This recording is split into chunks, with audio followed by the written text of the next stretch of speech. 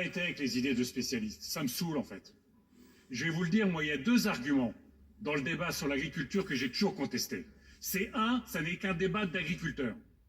Et 2, c'est un débat dont on devrait exclure les agriculteurs parce qu'ils sont partie prenante et qu'ils ont des conflits d'intérêts. Je refuse ces 2 arguments. C'est un débat d'intérêt général.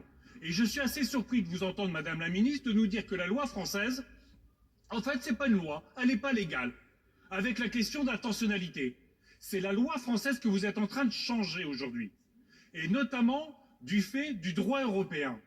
Enfin, franchement, on ne peut pas être dans le négationnisme de l'effondrement de la biodiversité et l'étendre au-delà de l'agriculture, à l'industrie, et oui, à la chasse et à toutes les activités. On est face à partout les scientifiques nous alertent sur l'effondrement de la biodiversité. Nous avons des règles européennes.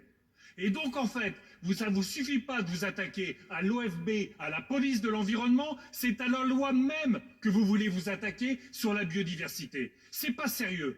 À ce moment-là du débat, c'est pas sérieux. De contester le droit français tel qu'il existe de la part d'une ministre, de contester par la Haute Assemblée toutes les règles européennes et les règles françaises et les stratégies qu'on met en œuvre pour protéger la biodiversité. On le sait à quel point l'agriculture est une des causes de l'effondrement de la biodiversité. Il faut y travailler. Et maintenant, il n'y aura plus d'intentionnalité, donc en fait, il suffira de tuer la bête.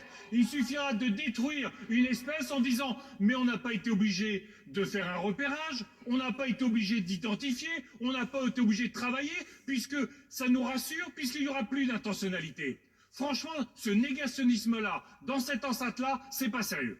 Il faut conclure,